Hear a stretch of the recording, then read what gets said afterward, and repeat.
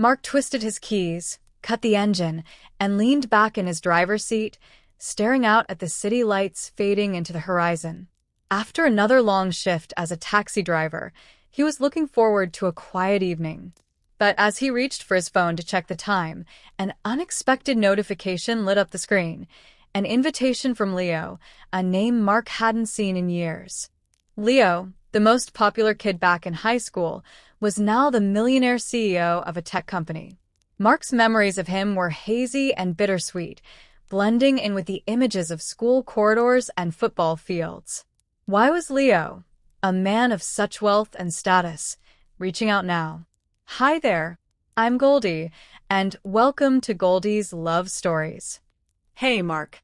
Long time no see, the message read. I'm hosting a little dinner this Friday at my place. Would love for you to come. Thought it'd be nice to catch up with some old friends.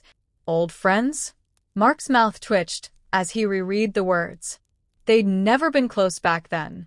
If anything, Leo had been an untouchable figure in high school, while Mark was just an ordinary kid, head down, getting through the days. Now, decades later, their lives couldn't be more different. But there was a small spark of curiosity in him, the kind that tugs at someone who's spent years in the back seat, listening to other people's stories and absorbing the tiny windows into their lives. By Friday, Mark had talked himself into going. It's just one evening, he reasoned, and maybe it'd be nice to see where life had taken Leo. He borrowed a jacket that didn't quite fit him, but was nicer than anything he'd wear for a taxi shift. It was enough to give him a sense of confidence as he pulled up in front of Leo's mansion, an architectural marvel of glass and steel that loomed over the city's skyline. Mark couldn't help but feel out of place as he approached the door.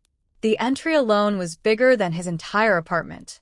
A valet appeared to take his keys, and Mark hesitated before handing them over, watching the young man drive his taxi to an unassuming corner of the driveway, where it stood out against the lineup of luxury cars like a patched-up boat in a fleet of pristine yachts.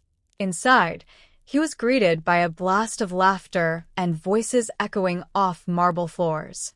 The room was filled with sleek, well-dressed guests, their clothes so immaculate that Mark immediately felt self-conscious about his borrowed jacket.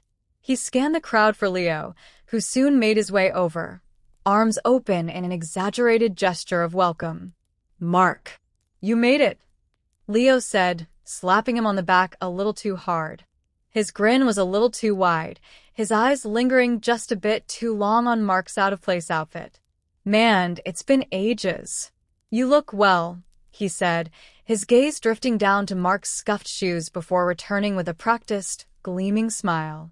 Come on, let's get you a drink. Leo led him into the grand living room, where the windows stretched floor to ceiling, displaying the city lights twinkling below. It was stunning, but Mark couldn't shake the feeling that he was some sort of prop in this setting, a curiosity Leo was parading around for his own amusement. Everyone, this is Mark, an old friend from high school, Leo announced loudly, drawing the attention of the room. Heads turned, and a few people nodded politely, but Mark sensed the subtle glances, the whispers shared behind raised champagne glasses. Leo's told us all about you, one man said, a sly smile on his face. It's rare to meet someone who's known him before all of this, he added, gesturing to the opulence around them. Mark forced a polite smile, unsure of how to respond. He noticed the other guests were watching him closely, as if they were appraising him, trying to place him in their hierarchy. I'm just a taxi driver, he said, shrugging, trying to downplay any intrigue. But Leo clapped his hands together, his grin widening. Oh, don't be modest, Mark. You must have plenty of stories from all the people you meet, he said, his tone edging into something patronizing. You must hear all sorts of things. Sometimes, Mark replied, keeping his voice neutral.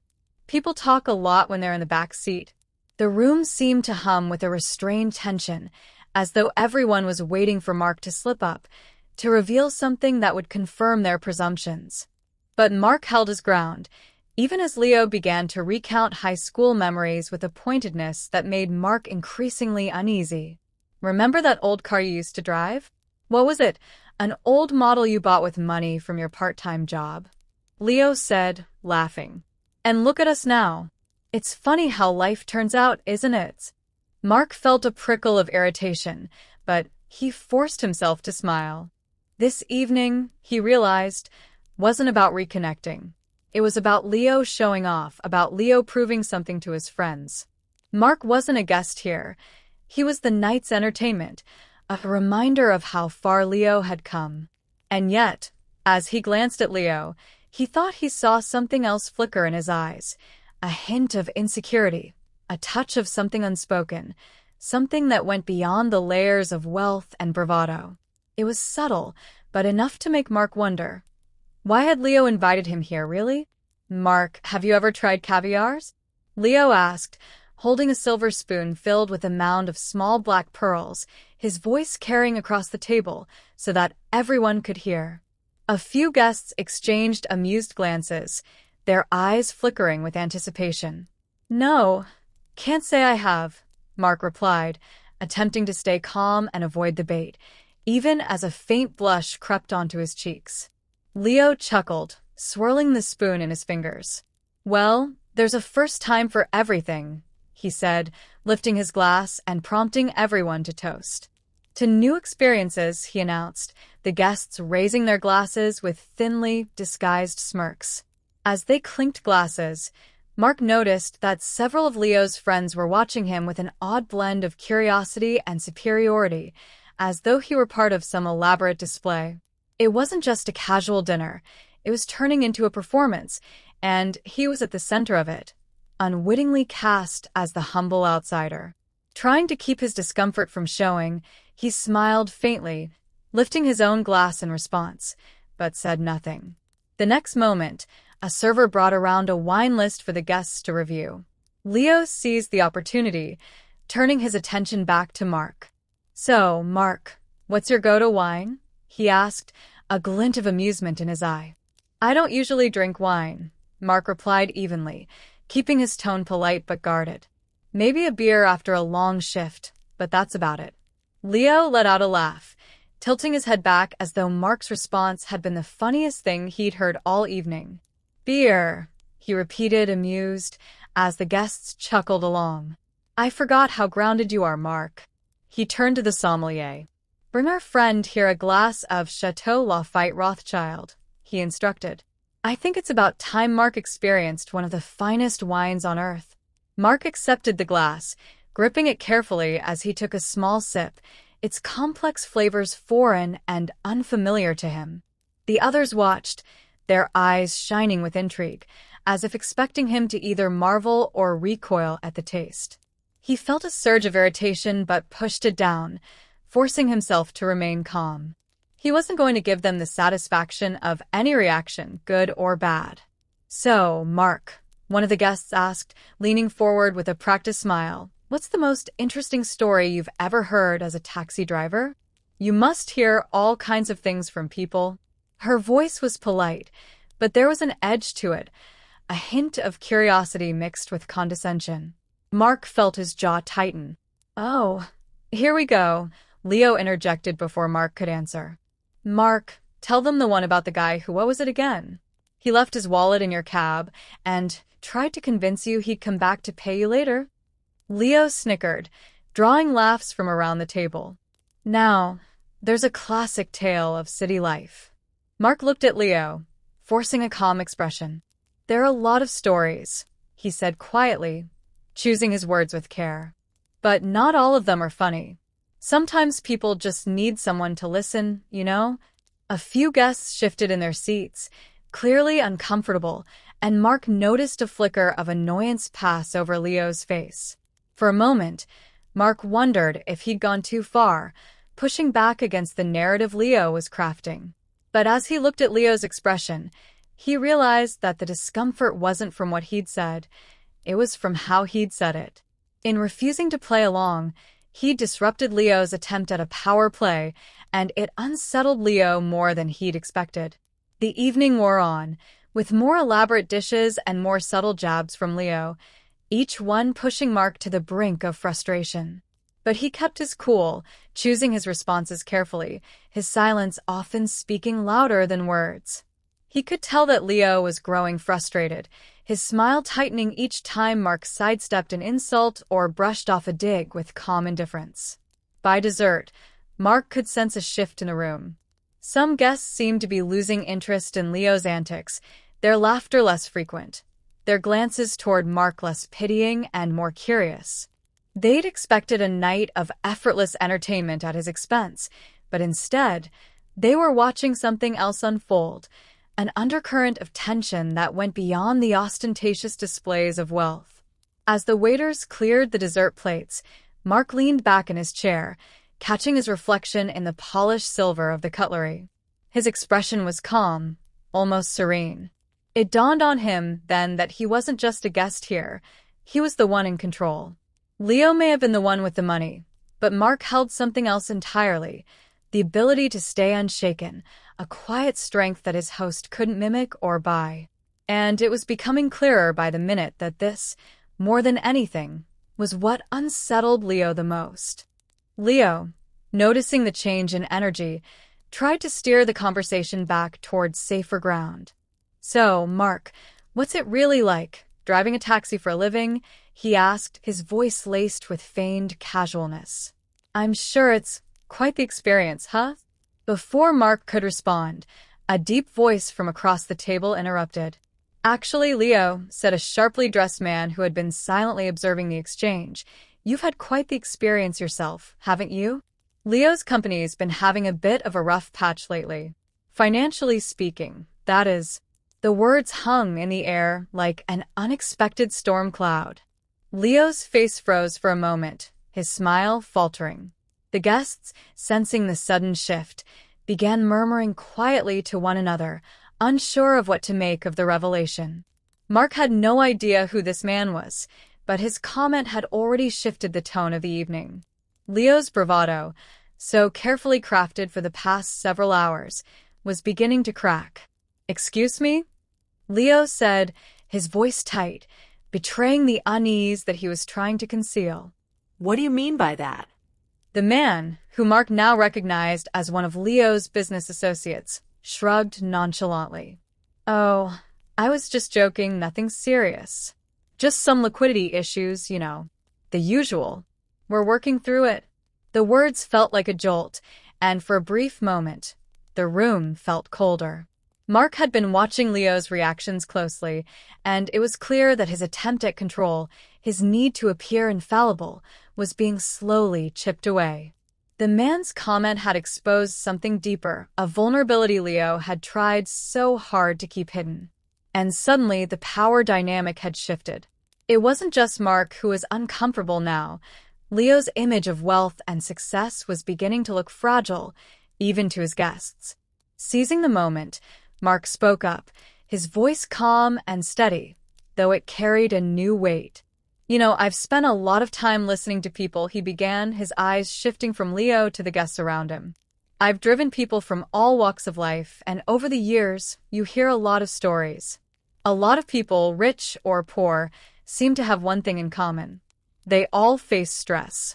They all face adversity. But how they deal with it, that's the real challenge." The room went quiet, the guests turning their attention toward Mark.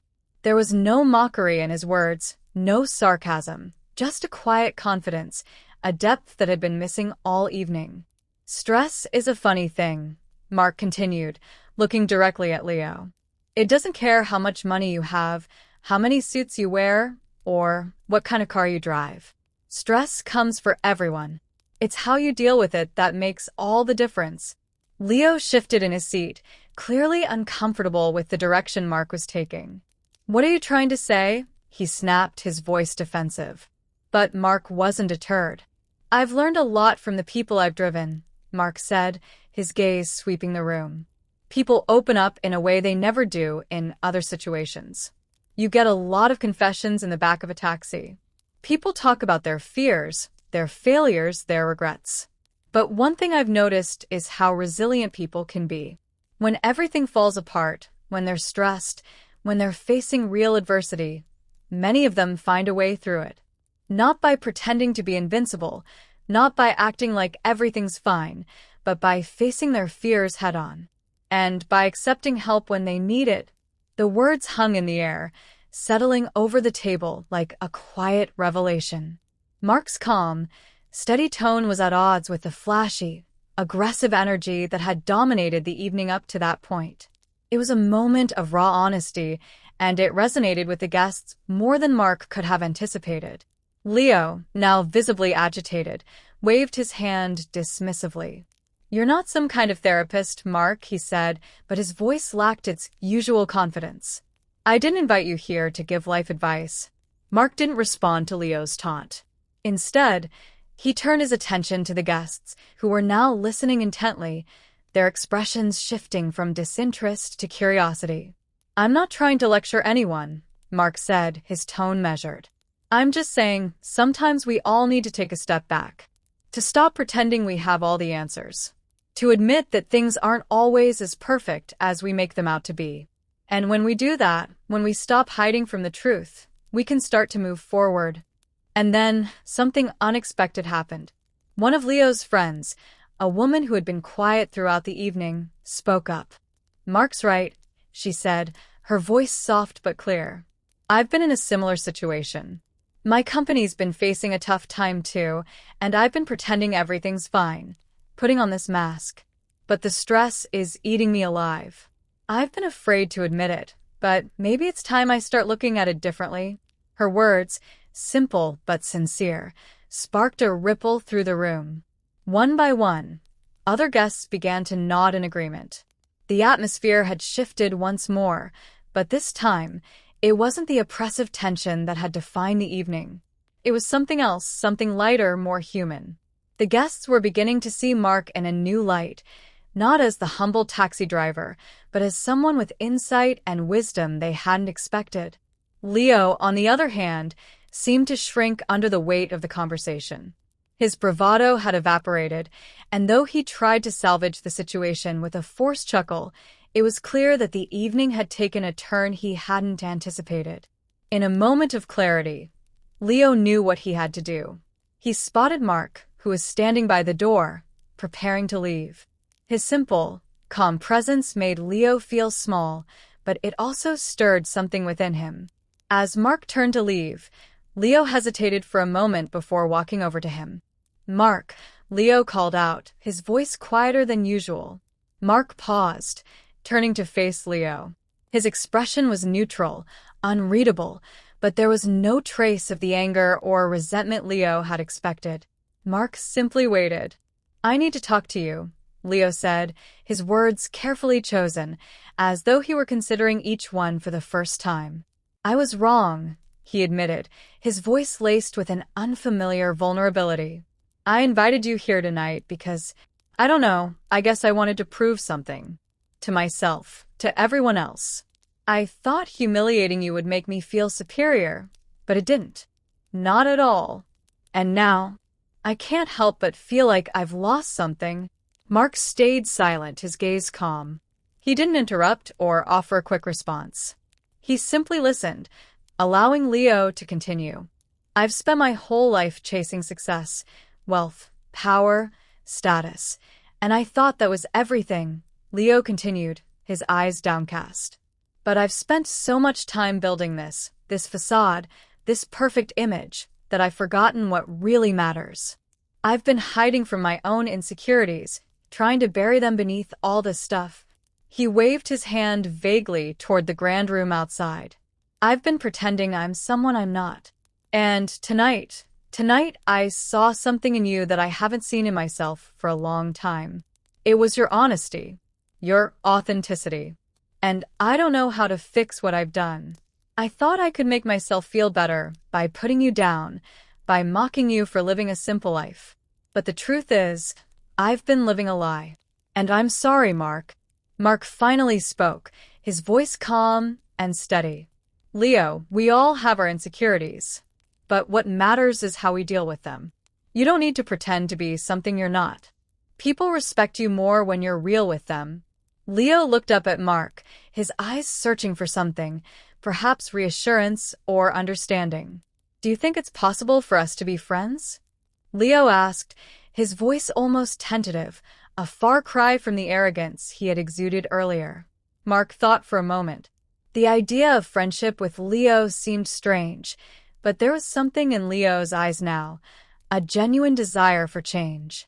Mark could see the man behind the facade, the person who had been lost in the pursuit of superficial success. I think it's possible, Mark replied, his tone measured. But it has to be based on respect. Mutual respect. No pretending. No games. If you're willing to do that, then maybe we can figure something out. Leo nodded, a small but genuine smile tugging at the corners of his lips. I can do that, he said, his voice more at ease than it had been all evening. I want to do that. As Mark stood to leave, Leo shook his hand, this time with sincerity. Thank you, Mark, he said. For teaching me something I didn't know I needed to learn. Mark smiled faintly, then turned and walked toward the door. He had come to the dinner to be humiliated, but he was leaving with his dignity intact. Leo, on the other hand, was left to reflect on the emptiness of his superficial success, the house of cards he had built around himself.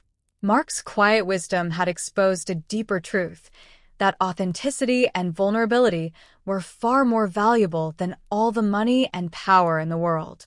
As Mark stepped out into the cool night, he felt a sense of quiet satisfaction. It wasn't just the apology that mattered. It was the fact that, for the first time in a long while, Leo was truly seeing himself, without the mask, without the facade. And that, Mark realized, was the most powerful kind of success. Thanks for watching. How would you rate this story? Give it 1 to 5 hearts in the comments, and let me know what you thought. This is a brand new channel, and your support means the world to me. If you enjoyed the story, please consider subscribing and turning on notifications so you never miss an episode. Your likes, comments, and shares help this community grow, and I'd be so grateful to have you along for the journey. See you next time.